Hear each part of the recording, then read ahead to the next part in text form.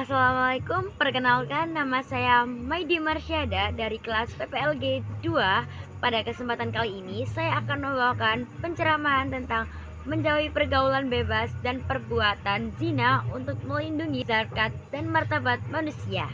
Memahami pergaulan bebas dan zina, pergaulan bebas yang dimaksud adalah pergaulan yang tidak dibatasi oleh aturan agama maupun sosial. Salah satu dampak negatif dari pergaulan bebas adalah perilaku yang sangat dilarang oleh agama Islam, yaitu zina. Hal tersebut berdasarkan pada firman Allah Subhanahu wa taala dalam Quran surat Al-Isra surat ke-17 ayat 32. Menurut pandangan hukum Islam, perbuatan zina merupakan perbuatan dosa yang besar, dikategorikan sebagai perbuatan yang keji, hina, dan buruk. Kategori zina terbagi menjadi dua macam. Yang pertama yaitu zina muhsan, yaitu pezina sudah balik, berakal, merdeka, sudah pernah menikah. Yang kedua, ghairu muhsan, yaitu pezina masih lajang dan belum pernah menikah. Hukum bagi pezina dalam hukum Islam, zina dikategorikan perbuatan kriminal atau tidak pidana. Oleh sebab itu, orang yang melakukannya akan dikenakan sanksi atau hukuman sesuai hukum syariat Islam, yaitu ada dua.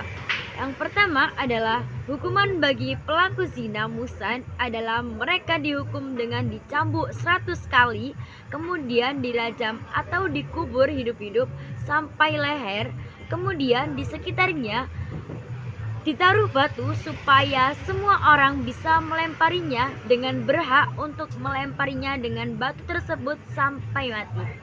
Yang kedua, hukuman yang diberikan kepada pezina ghairu muhsan adalah didera 100 kali dan diasingkan dari kediamannya selama 1 tahun pada tempat paling jauh sejarak musafir yang diperkenankan sholat kasar, yaitu 90 km. Ayat-ayat Al-Quran tentang larangan mendekati zina sesuai Quran surat Al-Isra surat ke-17 ayat 32. Bismillahirrahmanirrahim. Wala taqrabuz zina innahu kana fahisatan wa sa'a sabila.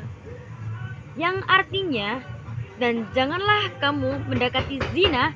Zina itu sungguh suatu perbuatan keajaiban, suatu jalan yang buruk.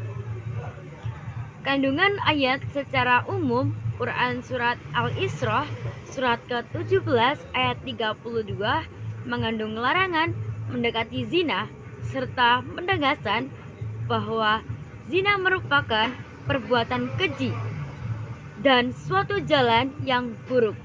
Allah Subhanahu wa taala secara tegas memberi predikat terhadap perbuatan yang zina melalui ayat tersebut sebagai perbuatan yang merendahkan harkat dan martabat dan kehormatan manusia.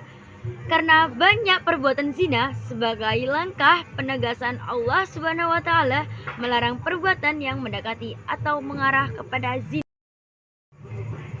Akibat dari perbuatan zina yang akan menimpa seseorang di dunia ada 3 hal, yaitu menghilangkan wibawa, mengakibatkan kefakiran, mengurangi umur. Dan di samping itu, pelaku zina juga akan mendapat 3 keburukan di akhirat, yaitu mendapat murja dari Allah Subhanahu wa taala, hisab yang jelek, siksaan dari neraka.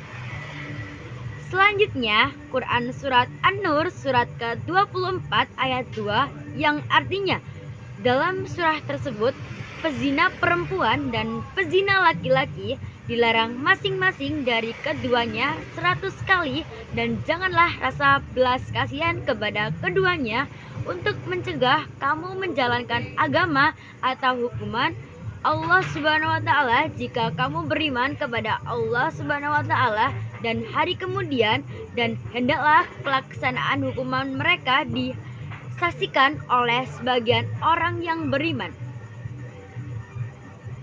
Kandungan surat tersebut adalah perintah Allah Subhanahu wa taala untuk mendera pezina perempuan dan pezina laki-laki masing-masing 100 kali. Yang kedua, orang yang beriman dilarang berbelas kasihan kepada keduanya untuk melaksanakan hukum Allah. Yang ketiga, pelaksanaan hukum tersebut disaksikan oleh sebagian orang yang beriman. Kemudian ada kewajiban menurut aurat dengan berbusana sesuai dengan syariat Islam, merupakan salah satu akhlak yang penting dalam Islam. Penerapan perilaku tersebut dalam pergaulan sehari-hari diantaranya dapat dilakukan dengan cara yang pertama, menjaga pergaulan yang sehat. Apa batasan pergaulan bebas itu? Dalam hal ini Rasulullah Shallallahu Alaihi Wasallam memberikan batasan berupa larangan perempuan dua anak antara perempuan dengan laki-laki. Yang kedua, menjaga aurat. Aurat merupakan bagian tubuh yang harus dilindungi dan ditutupi agar terjaga pandangan lawan jenis. Aurat perempuan adalah seluruh bagian tubuh kecuali wajah dan telapak tangan. Kemudian aurat laki-laki adalah bagian tubuh antara pusar sampai dengan lutut. Yang ketiga, menjaga pandangan. Kalau sekilas saja atau sudah spontanitas atau tidak sengaja, pandangan mata itu tidak menjadi masalah. Pandangan pertama yang tidak sengaja dan pezina laki-laki masing-masing 100 kali. Yang kedua, orang yang beriman dilarang berbelas kasihan kepada keduanya untuk melaksanakan hukum Allah. Yang ketiga, pelaksanaan hukum tersebut disaksikan oleh sebagian orang yang beriman. Kemudian ada kewajiban menurut aurat dengan berbusana sesuai dengan syariat Islam, merupakan salah satu akhlak yang penting dalam Islam. Penerapan perilaku tersebut dalam pergaulan sehari-hari diantaranya dapat dilakukan dengan cara yang pertama, menjaga pergaulan yang sehat. Apa batasan pergaulan bebas itu? Dalam hal ini Rasulullah Shallallahu Alaihi Wasallam memberikan batasan berupa larangan perempuan dua anak antara perempuan dengan laki-laki. Yang kedua, menjaga aurat. Aurat merupakan bagian tubuh yang harus dilindungi dan ditutupi agar terjaga pandangan lawan jenis. Aurat perempuan adalah seluruh bagian tubuh kecuali wajah dan telapak tangan. Kemudian aurat laki-laki adalah bagian tubuh antara pusar sampai dengan lutut. Yang ketiga, menjaga pandangan. Kalau sekilas saja atau sudah spontanitas atau tidak sengaja, pandangan mata itu tidak menjadi masalah. Pandangan pertama yang tidak sengaja diperbolehkan tetapi tetap berkelanjutan, maka hukumannya menjadi haram. Yang keempat, menjaga kehormatan. Terkadang organ kita manusia juga disebut dengan kemaluan. Hal ini juga relevan karena palang pintu rasa malu terakhir adalah pada bagian tubuh tersebut.